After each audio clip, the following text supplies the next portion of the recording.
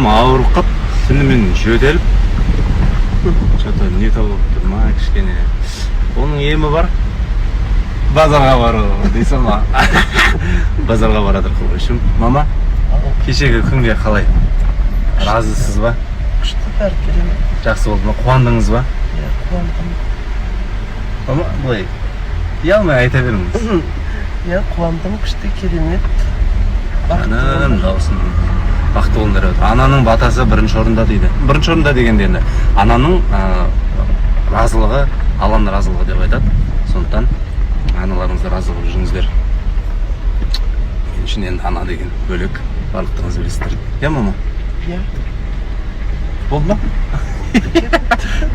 Жақсы, аман болыңыздар. Кешке голубцы жасайын деп жатырмын и әңгімемді айтып берейін деп жатырмын. Короче, біздің есік алдында, біздің домда бірақ магазин бар да. Бұрын басқа хозяиндар болған кезде, енді маған рекламный заттар алып келеді, иногда доставка алып келеді, үйде болмайған кезде сол магазинге тастайтынбыз. Сол жаққа басқа хозяиндар келгеннен кейін заттарыңызды тастамаңыздар деп грубо сөйлетті. Короче, содан кейін бізде мына жақта Мейірім деген магазин бар. Күшті кісілер да, прям сондай продавецтары да күшті, магазиннің иелері де күшті, прям сондай керемет адамдар. И всегда доставкамды, рекламный заттарым барлығын сол жаққа жіберемін. Мына біздің үйдің қасындағы магазин, енді былайынша барып тұрам, бұл бір продавец бар, жақсы кісі. И басқа бір продавец қыз бар да, сол продавец қыз жаңа Ерасылды ұрыпты.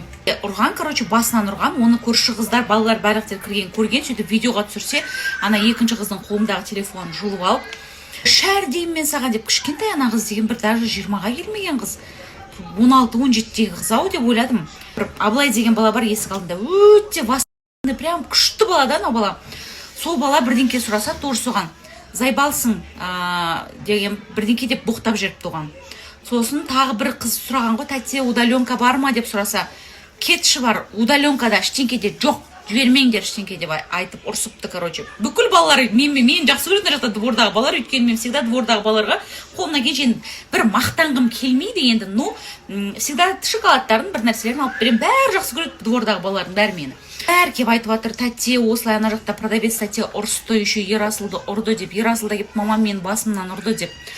Сонымен барып сөйлесейін деп барсам, ана қыз деген ойбай жап-жас болып беттен алып төске шауып ұрсысып мен айтам да, сен кішкене тәрбиесіз екенсің дедім да, қала сөйлейсің десем, тәрбиесіз сенсің, менің мінезімді нетпей ақ қой, мен мінезім сенен асып кетеді дейді ғой маған.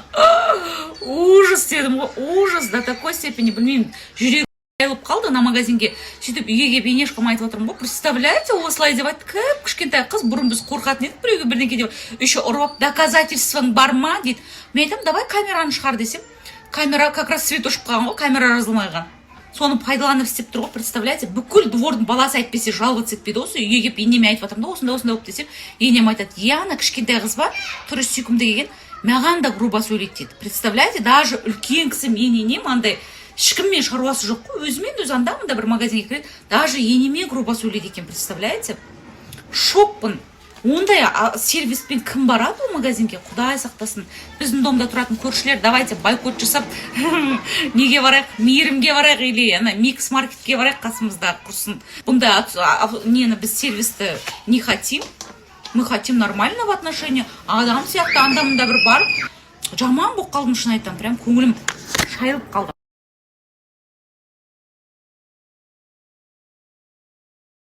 Бір ерекше әдемі сұлу қызбен кездесіп видео түсіруде жатырмын. Кім десеңіздер? Сала жейді. Сен сала жейсің ба не? Сала жейсің ба? Жемейді екен ғой. Қалайсың? Осы сары қызбен кездесіп, қазір видео түсіретін боламыз. Локацияны таңдадық. Тима жоқ. Настроение жоқ дейді. Ағайын бауырлар, ол махаббат қызға байланысты емес, ол чисто жұмысқа байланысты. Көптеген кәсіпкерлер жалғыз қалуда. Оның ішінде мен де. Яғни адамға өсу үшін, даму үшін орта керек. Яғни сен 5 кәсіпкер досың болса, 6-шы адам сен боласың. Алматыға мен де көшіп келдім. Сол себепті мен көп бизнес орталарды іздедім, бірақ өзіміздің мощный бизнес орта шығарымыз келіп жатыр. Осы аудиториямен бірге дамитын, инвестиция бойынша үйрететін, жеке бренд бойынша. Сол себепті сіздердің көмектеріңіз керек. Соны бірге создавать етсек, бизнес сообществоны. ол жерде бірге дамитын боламыз. Личный бренд бойынша, инвестиция бойынша, спорт бойынша, может X-Fit'те жолығамыз деген сияқты. Астына жазып бердіңіздер, қай жағынан дамыл. Бас ауырып жүр, сол бас ауырмасын деп барлық методтарды қарастырып жатыр. Осы метод ең күшті метод деп айтып жатыр. Кеш башамызға достар, қалайсыздар? Біз деген эфирден шығып жүрміз. Мына кісінің съемкаларын мен айтамын да баяғы баяғы қашанғы біреудің қуанышына қуана береміз мысалы өзіме ой келді қашанғы құттықтап сала береміз бәрін жұп болғандарын сөз салғандарын деп жатырмын да сол ойланып отырмын не ойлап жатсыз сонда? қашанғы біреудікіне қуана беремін деймін да Типа өзімдікін жасайын деп жатсыз ба? деп отырмын Ана жер бар екен, күшті бар екен. сенің баратын жер сол короче сол айтып қоямын Мақұл. Типа түсінбеген сияқты бола салайын. Сонымен не айтып отырмын мен жаңа? Бұл кісінің, короче, біз всегда бірге жүретін болып кеткенбіз ше. Эфирда да, эфирден шығып та екеуміз ғана. Ешкім жоқ, андай үшінші, төртінші адам деген жоқ. Сол, короче, соны айтайын дегенмін ғой. Давайте, всем пока, до свидания.